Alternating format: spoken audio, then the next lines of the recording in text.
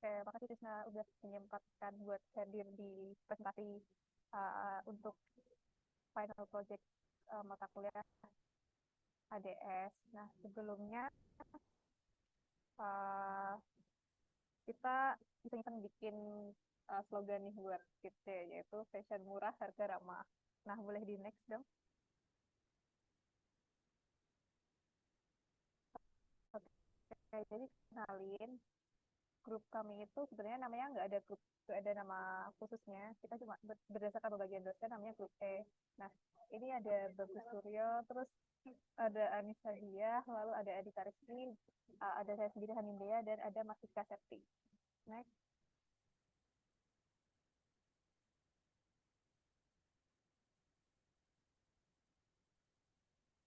Nah, jadi Kilce itu adalah suatu usaha perseorangan yang bergerak di bidang konveksi. Kilce ini sendiri melayani pembuatan kaos, persa, sweater, hoodie, dan lain-lain sebagainya. Nah, bisnis ini beroperasi sebelumnya sudah di Surabaya dan kalau aku lihat di Instagramnya itu coming soon di Yogyakarta. Nah, lalu selama ini Kilce ini masih menggunakan sistem pencatatan tradisional dalam mencatat pesanannya, baik pencatatan pesanan maupun pencatatan keuangan. Pelanggan menghubungi pihak Kirche melalui app, lalu pesanan diproses dibayarkan secara manual untuk di COD-in atau dikirim melalui kurir. Next.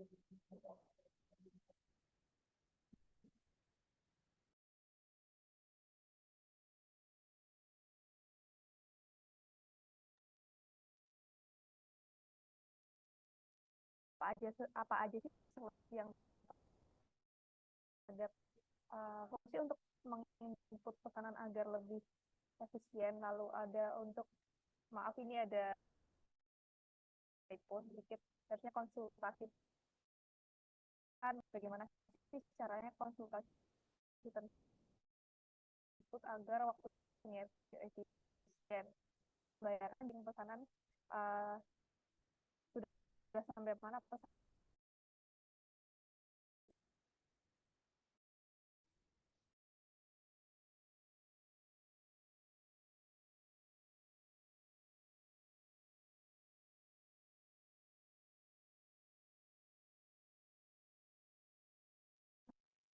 ini kita akan memaparkan, yaitu yang pertama ada data dictionary atau kamus data, yang kedua dia atau data flow dia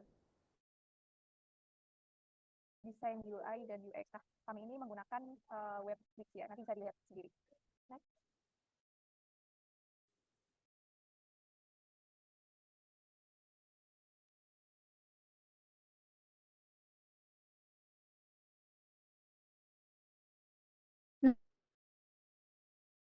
Dari di sini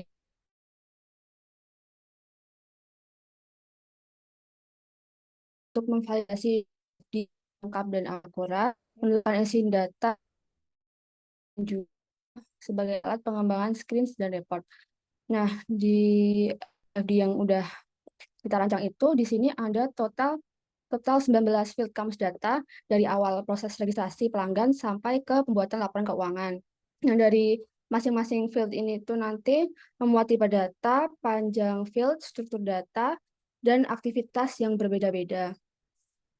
Kayak yang bisa dilihat di field pertama, yaitu registrasi pelanggan, tipe datanya itu ada 3. Yang pertama teks, terdiri dari elemen alfabetik, terus numerik yang berbentuk angka, dan juga varchar, yaitu kombinasi dari bentuk angka dan juga alfabet. Nah, panjang field di sini itu sendiri menunjukkan pengisian data bisa mencapai hingga 30 karakter untuk komponen struktur data yang ada seperti nomor pelanggan sampai ke password. Nah, struktur data dari registrasi pelanggan itu sendiri terdiri dari nomor pelanggan, lalu nama lengkap pelanggan, jenis kelamin, nomor telepon atau email, kabupaten atau kota, provinsi, username, dan yang terakhir password.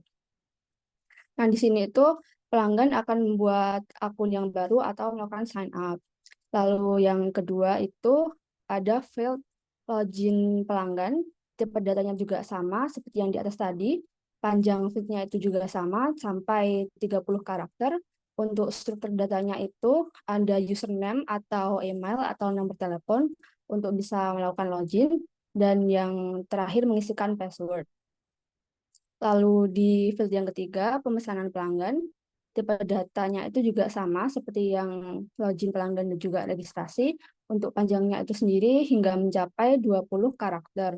Struktur datanya terdiri dari nomor pesanan, lalu jenis produk, tipe model, ukuran produk, warna produk, kuantitas pesanan, dan juga kita juga dapat melakukan desain custom. Nah, di sini pelanggan mengisi detail pesanan berupa jenis hingga jumlah dari pesanan yang diinginkan. Lalu selanjutnya ada konfirmasi data pesanan yang terdiri dari tipe data teks, numerik, dan datetime. Panjangnya sama, 20 karakter. Untuk struktur datanya terdiri dari elemen nomor pesanan, nama lengkap pelanggan, jenis produk, tipe model, ukuran produk, warna produk, kuantitas pesanan, bisa memilih desain custom, lalu total nilai pesanan, dan yang terakhir tanggal dilakukannya pemesanan itu. Nah, di sini pelanggan akan mengecek keterangan pesanan final yang dilakukan. Lalu ada field pengisian alamat pengiriman yang berbentuk teks, semuanya berbentuk full text dengan panjang maksimal 30 karakter, dengan struktur data terdiri dari nama jalan pelanggan atau orang yang akan menerima pesanan tadi, lalu dusunnya, desa, kecamatan, kabupaten atau kota, lalu yang terakhir provinsi. Lalu ada konfirmasi atau revisi desain yang terdiri dari tipe data numerik dan juga teks dengan panjang sampai 15 karakter. Untuk struktur datanya terdiri dari nomor pesanan, jenis produk, tipe model pesanan, ukuran produk, warna produk, bisa mendesain custom, lalu ada pilihan untuk mengaccept atau merevisi lagi dari jenis produk hingga warna produk yang akan dipesan, hingga ke revisi desain custom. Nah, next. Nah, selanjutnya itu untuk field-field yang lain, konsepnya sama seperti yang sudah dijelaskan tadi, ada tipe data, panjang field, dan juga memuat struktur datanya masing-masing sampai ke tahapan proses yang terakhir, yaitu proses pembuatan laporan. Bisa di next. Next.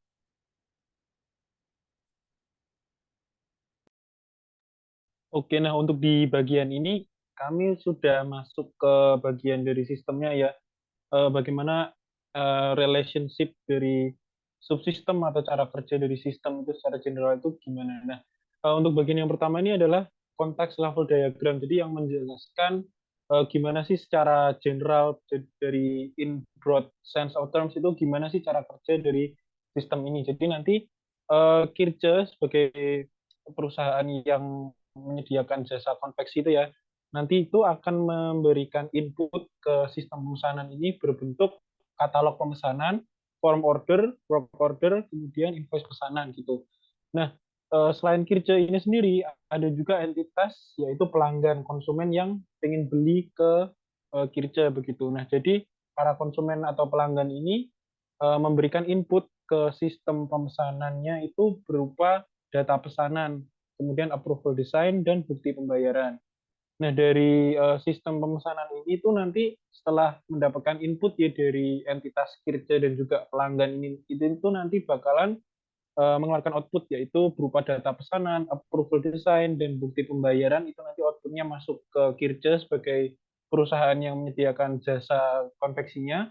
Terus kemudian juga mengeluarkan output berupa katalog pemesanan, form order, work order, invoice pesanan ke pelanggan, yang mana ya pelanggan itu baru bisa ngisi order mereka kan kalau mereka udah dapat output yang ini gitu. Jadi outputnya ini tuh merupakan input dari yang dikasih sama Kirja gitu. Nah, kemudian ini untuk data flow diagram level zero ya, jadi yang lebih masuk lagi dari tadi yang konteks level, tapi juga masih lumayan broad gitu, masih lumayan luas. Jadi ini maaf sebelumnya karena gambarnya lumayan gede gitu ya, dan karena space dari kanvanya terbatas, jadi ya agak kecil gitu. Nah, untuk yang pertama sendiri di Kirja itu kami di DFD-nya kami membagi menjadi beberapa subsistem gitu ya, ada 7. Yang pertama itu adalah pengisian detail pesanan. Nah, jadi pelanggan itu memasukkan output berupa data permintaan pelanggan yang itu termasuk jenis produk, ukuran, jumlah, warna, dan lain-lain. Kemudian nanti itu datanya akan masuk ke Kirja berupa data detail pesanan gitu. Kemudian data detail pesanan ini akan diolah masuk ke proses 2, konfirmasi detail dan desain pelanggan.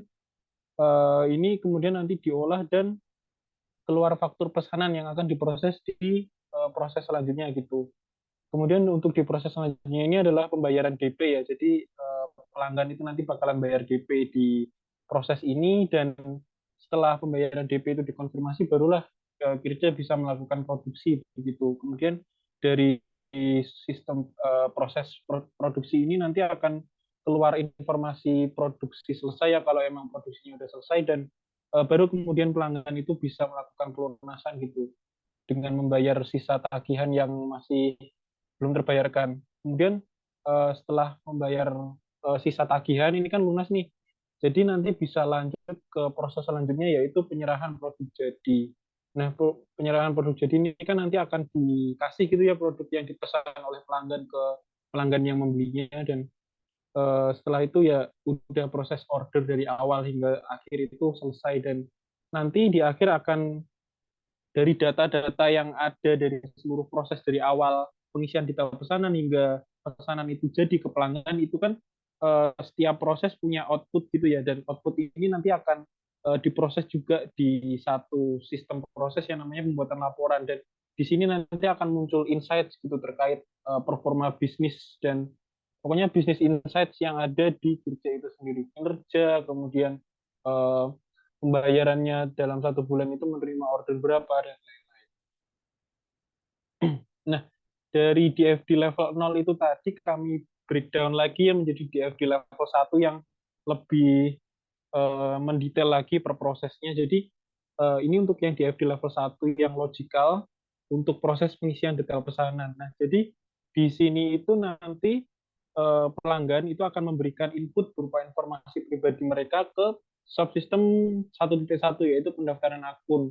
Nah, di proses ini nanti informasi pribadi pelanggan itu akan diolah menjadi informasi pelanggan yang akan disimpan di sistem. Kemudian pelanggan ini nanti akan punya informasi login gitu, yang mana mereka nanti bisa login. Nah, dari login ini kan mereka masuk ke website nih, mereka bisa melihat katalog dari Kirja gitu. Kemudian kriteria-kriteria pesanan yang pelanggan inginkan itu seperti apa. Kemudian para pelanggan ini bisa mengisi order sesuai dengan yang mereka inginkan gitu.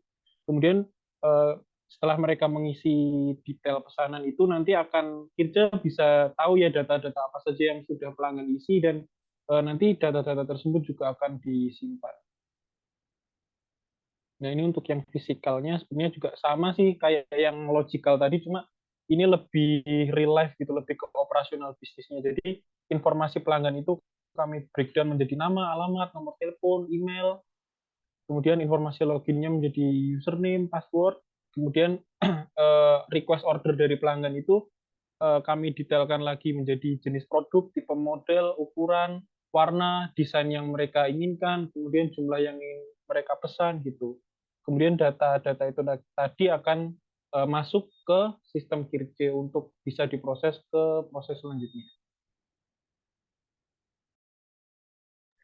Oke, selanjutnya di FD level 1, proses kedua yaitu proses konfirmasi detail pesanan. Nah, ini ada di FD level 1 yang logikal. Nah, di proses ini inputnya itu yang dibutuhkan data mengenai pesanan pelanggan yang berasal dari data storage pesanan pelanggan. Kemudian, Kirjek akan membuat desain sesuai dengan kriteria yang diminta oleh pelanggan.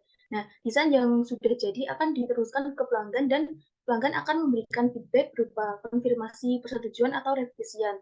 Kalau pelanggan memberikan revisi, maka Kirja akan mendesain ulang dan memberikan desain yang sudah direvisi ke pelanggan. Namun jika pelanggan sudah setuju dengan desainnya, maka Kirja akan membuat work order. Nah, work order ini nanti kemudian akan disimpan di data storage produksi. Next. Nah, ini merupakan DFD level 1 yang fisikal dari proses 2 tadi, yaitu konfirmasi detail pesanan. Di proses konfirmasi dan persetujuan desain ini, kerja itu nanti akan membutuhkan input berupa formulir pesanan, formulir permintaan, dan catatan di pesanan untuk membuat desain bagi pelanggan yang memesan. Kemudian setelah desainnya itu sudah jadi, disimpan dalam bentuk file desain elektronik dan juga link penyimpanan cloud yang akan diberikan ke pelanggan. Ketika memberikan konfirmasi persetujuan atau revisian, pelanggan juga bisa memberikannya dalam bentuk file desain elektronik juga. Kemudian file desain elektronik dan juga link penyimpanan cloud dari desain yang sudah final akan digunakan sebagai input pembuatan work order. Work order yang berisi desain, spesifikasi, dan lain-lain akan disimpan dalam database produksi. Next. Nah, karena kami membagi dua pembayaran menjadi DP dan pelunasan, ini adalah bagian dari down payment-nya. Jadi untuk sekilas, jadi pelanggan itu bakal membayar DP dulu, lalu pesanan akan diproses. Nah, jadi alurnya itu pertama sistem akan mengkalkulasi harga pemesanan, lalu sistem juga akan apa ya, meminta pelanggan untuk memilih metode pembayaran. Nah, jadi pelanggan bisa memilih antara mau virtual payment melalui virtual account atau cash on delivery. Jadi mereka itu datang sendiri ke counter kircenya yang offline.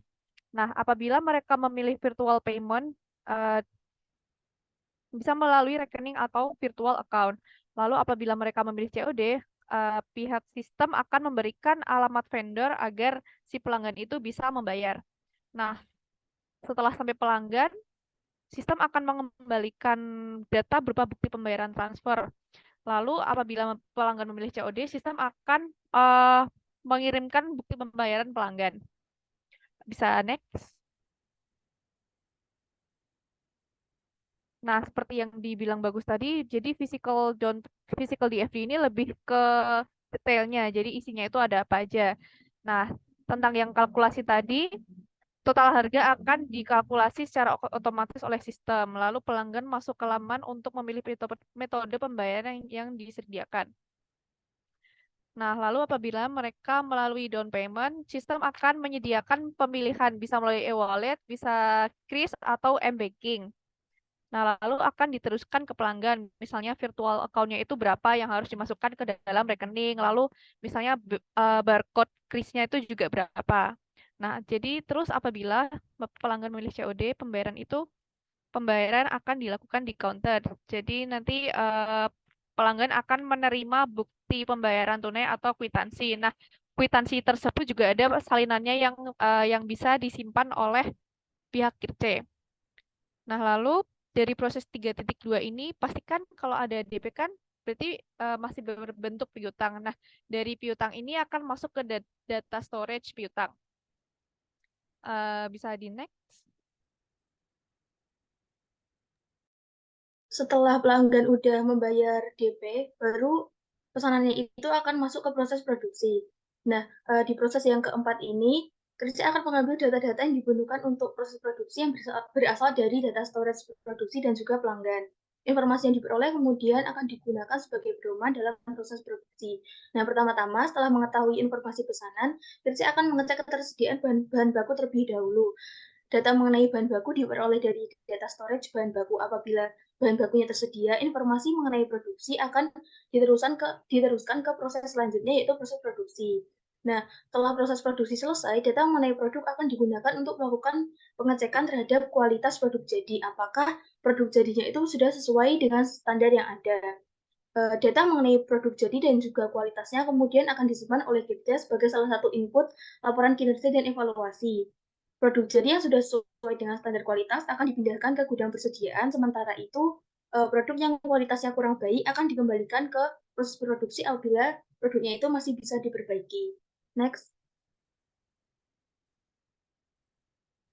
Nah, untuk di FD level 1 yang fisikalnya itu, untuk memulai proses produksi, kerja membutuhkan input berupa work order, bukti pelunasan, dan juga bukti pembayaran. Data-data tersebut pertama-tama akan digunakan untuk pencocokan bahan baku yang dibutuhkan dan ketersediaan bahan baku yang tercatat di inventory record. Work order kemudian akan dijadikan sebagai input proses produksi. Setelah proses produksinya selesai, Kirce akan membuat produk record yang akan digunakan dalam proses quality control. Setelah proses quality control-nya selesai, produk record kemudian akan diupdate untuk mendokumentasikan kualitas dari produk jadi apakah sudah memenuhi standar atau belum. Next. Oke, selanjutnya kalau proses produksi itu udah selesai, nanti akan dilakukan pendataan seluruh pesanan yang dilakukan oleh pelanggan tadi, yang mana akan menghasilkan faktur pesanan yang akan diberikan kepada pelanggan, dan juga bukti telah dilakukan pelunasan yang akan disimpan ke data storage pelunasan. Nah, ini nanti setelah itu akan dilakukan penotalan harga yang telah dipesan oleh pelanggan tadi, dan bisa dilanjutkan ke penentuan metode pembayaran dengan metode online payment atau cash on delivery yang seperti sudah dijelaskan di step down payment tadi. Nah, setelah itu pelanggan bisa lanjut ke proses pembayaran dan akan diberikan nomor rekening vendor atau alamatnya kalau pelanggan itu memilih metode COD. Nah, setelah dilakukan proses pembayaran itu tadi, akan ada konfirmasi pembayaran apakah pembayaran itu berhasil atau gagal. Kalau gagal nanti akan ada notifikasi sehingga pelanggan itu bisa melakukan ulang proses pembayaran pelunasan, dan jika berhasil nanti pelanggan akan mendapatkan nomor resi pesanan dan vendor itu akan mendapatkan bukti pembayarannya. Next.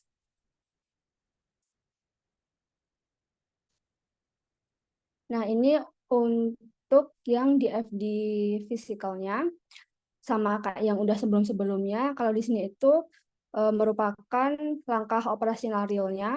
Jadi dari pendataan seluruh pesanan itu nanti akan masuk melalui web secara otomatis. Lalu penentuan metode pembayaran pelanggan itu nanti akan dialihkan ke halaman pembayaran di website, sehingga bisa memilih online payment atau menggunakan COD. Lalu selanjutnya akan dialihkan ke bagian proses pembayaran, yang di situ akan ada muncul informasi data nomor rekening apa saja yang bisa digunakan untuk membayar dan juga alamat lengkap dari Kirce.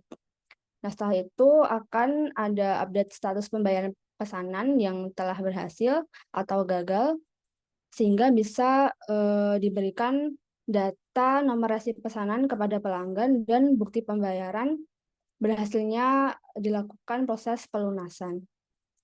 Next.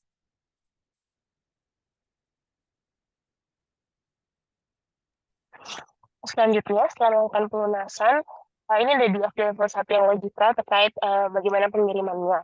Jadi yang pertama, pelanggan itu dapat melakukan konfirmasi pelunasan dulu, lalu nanti dari pihak, setelah melakukan konfirmasi pelunasan, nanti dari pihak Kirce-nya akan mengupdate proses produksi, dan pihak pelanggan akan bisa mengambil pengambilan pesanan. Next. Nah, untuk fisikalnya secara real-nya kayak gimana? Nah, nanti itu pelanggan bisa memberikan bukti pembayaran nih kepada pihak Kirce-nya untuk melakukan konfirmasi pelunasan. Lalu, faktur pelunasannya nanti akan digunakan untuk Kirce melakukan update terkait proses produksinya. Dan juga informasi produksi, informasi pelunasan, nanti akan digunakan untuk pelanggan mengambil pesanan. Seperti itu. Next. Nah, karena kita juga memiliki masalah keuangan yang belum diatur dengan baik oleh sistem, kami juga memberikan solusi terkait pembuatan laporan. Jadi nanti pihak Kirce dapat membuat laporan keuangan dari data storage pelanggan, dari informasi-informasi tentang produksinya, tentang pelunasan pelanggannya, dan juga data storage dari bahan bakunya. Next. Nah, informasi terkait produksi, data pelanggan, dan juga faktur pelunasan, itu nanti didapatkan buat laporan keuangan yang lebih baik lagi, dan juga bisa digunakan untuk kerja menganalisis tentang pemasukan atau pengeluarannya lebih baik lagi, seperti itu. Next. Nah, berikut ini adalah kita tuh juga membuat desain UI atau UX untuk website Kirche, karena Kirche kan belum ada website-nya ya. Jadi kita membuat desain untuk UI UX di website ini. Jadi berikut ini adalah tampilan dari website-nya. Kalau kalian pencet home, jadi di sini juga ada beberapa fitur seperti ada bagian daftar, ada bagian login, bagian FAQ, dan ada kontak, about us, tracking, shop, dan juga members. Ya, next. Nah, pada tampilan register, nanti itu ada beberapa formulir yang harus diisi. Jadi ada bagian nama lengkapnya, ada email, telepon, ada alamat, dan juga tanggal lahir. Jadi nanti dari pihak Catch-nya bisa mendapatkan informasi berikut ini. Next. Nah, kalau udah berhasil daftar, oke, ini bagian ini dulu ya, questions and answer ya. Jadi di bagian ini nanti pelanggan bisa bertanya-tanya nih ke pihak Catch-nya langsung terkait apa yang ingin mereka tanyakan gitu. Jadi di laman ini pihak pelanggan bisa bertanya kepada pihak Catch. Next. Nah, ini kan kalau tadi kan esensinya kan setelah bertanya terus tampilnya di situ ya. Nah, sebelum ditampilkan, pelanggan itu juga bisa bertanya melalui kontak us dulu, jadi bisa memberikan nama, email, terus subjek pertanyaannya apa, dan pesannya apa. Nanti setelah misalnya pihak CC berhasil menjawab, nanti akan muncul di laman yang FAQ tadi. Next.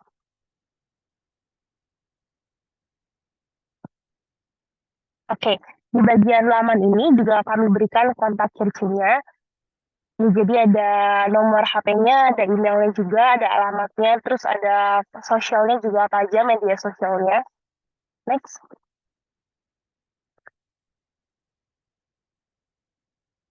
Nah, di bagian ini, laman ini tuh berisi penjelasan terkait Kirche Project itu apa dan bagaimana, jadi biar pelanggan itu juga tahu tentang Kirche itu sendiri. Next. Selanjutnya, laman katalog. Jadi di laman ini itu isinya tentang semua produk-produk. Bisa di next. Mulai dari produknya apa, kemudian harganya, kemudian size yang bisa dipilih, warna yang tersedia.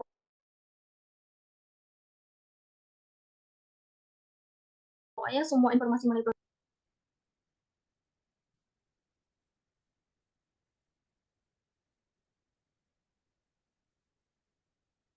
Nah, ketika pelanggan itu melakukan klik pada salah satu produknya, itu nanti tampilannya seperti yang di bawah. Jadi pelanggan bisa milih size yang mau dia pesan. Kemudian kalau pesan kaos itu bisa pilih yang lengan panjang atau yang lengan pendek, kemudian kuantitasnya. Setelah itu pelanggan bisa menambahkan produk yang sudah ia pilih ke keranjang. Next.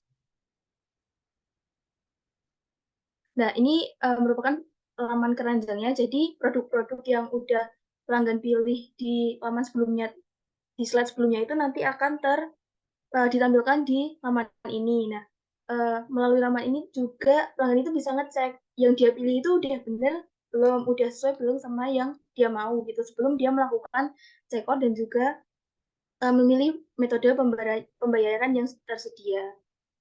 Next.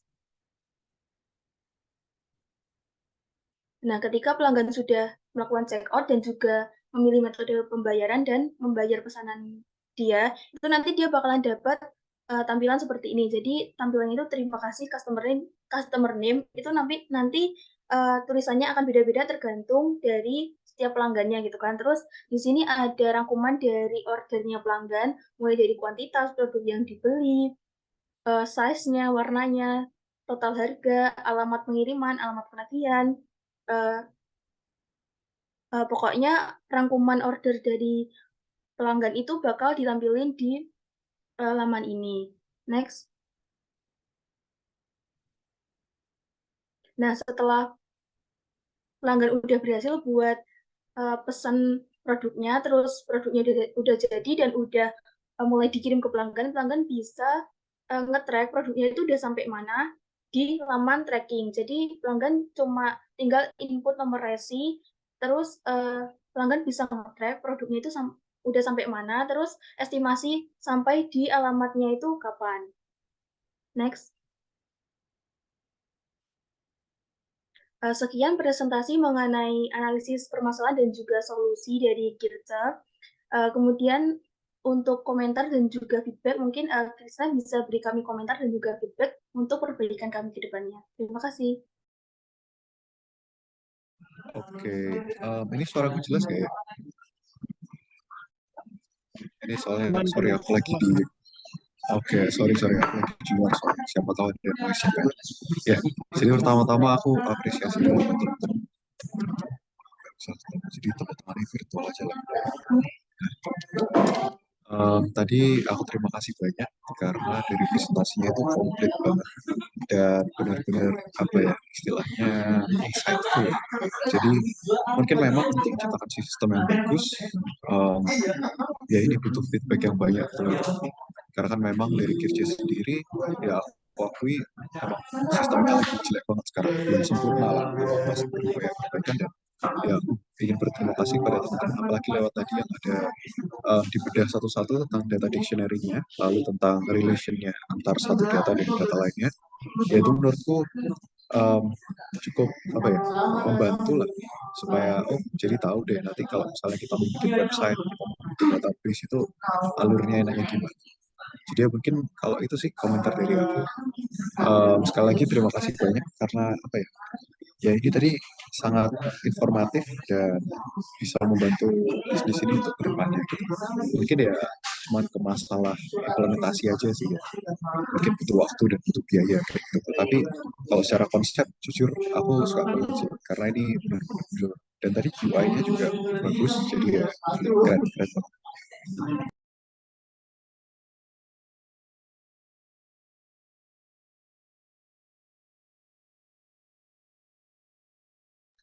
Jadi tadi suaraku jelas kan?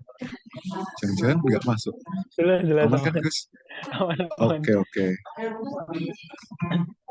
Oke, makasih banyak Krisna, sekali lagi kami ucapkan ya, aku sama teman-teman ngucapin makasih banyak karena udah mau nemeni kami ya, direpotin dari awal sampai akhir minta data terus presentasi ini di tengah minggu ujian juga, dan makasih banget buat Krisna juga karena udah responsif gitu kalau ditanya-tanya request data walaupun nggak secara langsung wawancara lewat WhatsApp itu juga fast respon dan mau aja direpoti buat datang ke uh, pertemuan kita malam ini. Kurang lebih itu Oh iya, Krisna dari bentar Gus. kelompok. Gimana? Aku boleh tanya nggak tadi? Oh, boleh, monggo. Mau ke yang tentang tadi sistem retur dong. Tadi aku mau tanya tapi lupa. Yang ke sistem retur tadi misalnya kayak barangnya belum sesuai gitu. Ada nggak sih tadi? Ya kan? Di ini apa namanya data flow diagramnya ya? Ya di FD.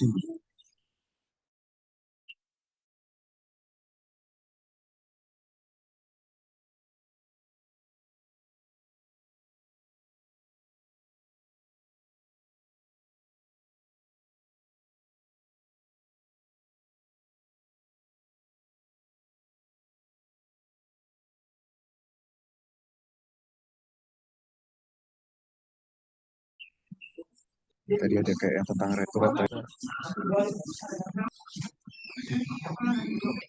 Ada lagi nggak ini Gus? Bentar ya. Nah ini ya kelihatannya. Oke, santai. Ini internetku agak unstable, jadi Oh iya. sorry ya. Punya aku juga sinyalnya. Oh ini konfirmasi atau revisian tuh di ini ya. proses 2. Berarti ini kan dari data itu ke pelanggan, custom design, custom.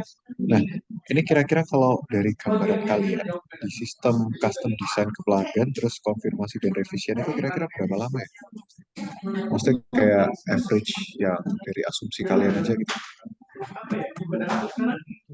Oke, dari asumsi ya Chris, karena ini dari jawabanku pribadi ya, nanti kalau misal dari teman-teman kelompok mau ada yang bantuin boleh banget.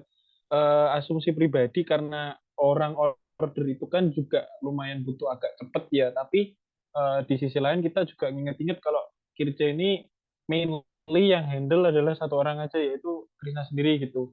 Jadi ya untuk konfirmasi ini sendiri ya sekitar 1 sampai 2 hari give or take menurutku oke sih.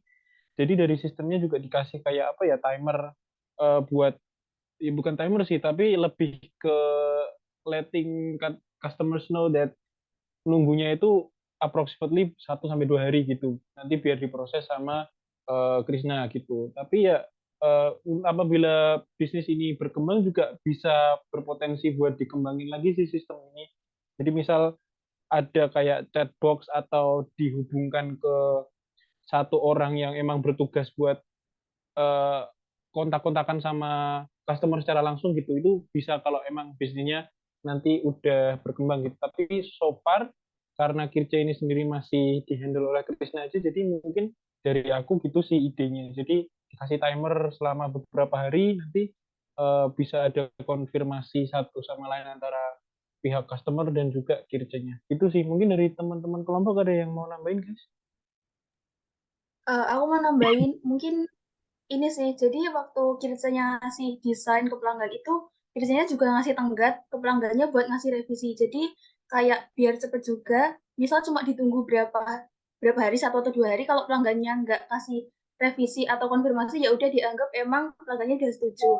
Terus eh, kayak dibatasin juga revisi yang bisa dikasih itu cuma beberapa kali aja, cuma mungkin sekali atau 2 kali gitu. Jadi supaya pelanggannya itu juga nggak minta revisi berkali-kali, dan itu kan pasti juga makan waktu sama biaya yang lebih kan buat Kirstanya kalau revisinya itu sampai berkali-kali gitu. Oke, oke, paham, paham. Jadi mungkin kayak revisi pertama, kedua, kita gratisin gitu, nanti selanjutnya misal mereka mau lagi baru berbayar gitu aja ya. Oke, oke, oke, oke. Yes. Ya, aman, aman, aman. Ini sebenarnya aku nggak sendirian juga sih, Gus. Aku ada tim juga loh. Oh iya. Jadi ya, oke, oke, oke. Jadi custom design, informasi. Oke, oke. Ya sih, paling cuma itu kalau dari aku. Sisanya aman kok. Oke. Thank you banget ya. Yuk. Soalnya jujur aku kan ini apa buat desain ini kan biasanya dari mereka. Jadi aku tadi bilang, oh revisi apa gitu. Tapi ternyata Oh. itu opsi kalau mereka mau bikin di aku dari nol gitu. Ya aman. Sejauh ini aman. Terima kasih teman-teman. Oke sip. Bisa ditutup Gus. Itu sih Chris, sekali lagi aku mau sama teman-teman juga ngucapin makasih banyak udah mau direpotin dari awal sampai akhir, dan ini kurang lebih presentasi dari kami, hasil analisis dan juga memberikan solusi ke Kirja punya Krisna, dan makasih banyak apabila ada kesalahan kami mohon maaf. Makasih banyak atas perhatian Krisna, dan Assalamualaikum warahmatullahi wabarakatuh. Thank you Chris sudah nyempetin waktunya. Ya, ini thank you. Aku izin live ya teman-teman. Terima kasih banyak ya udah bantu.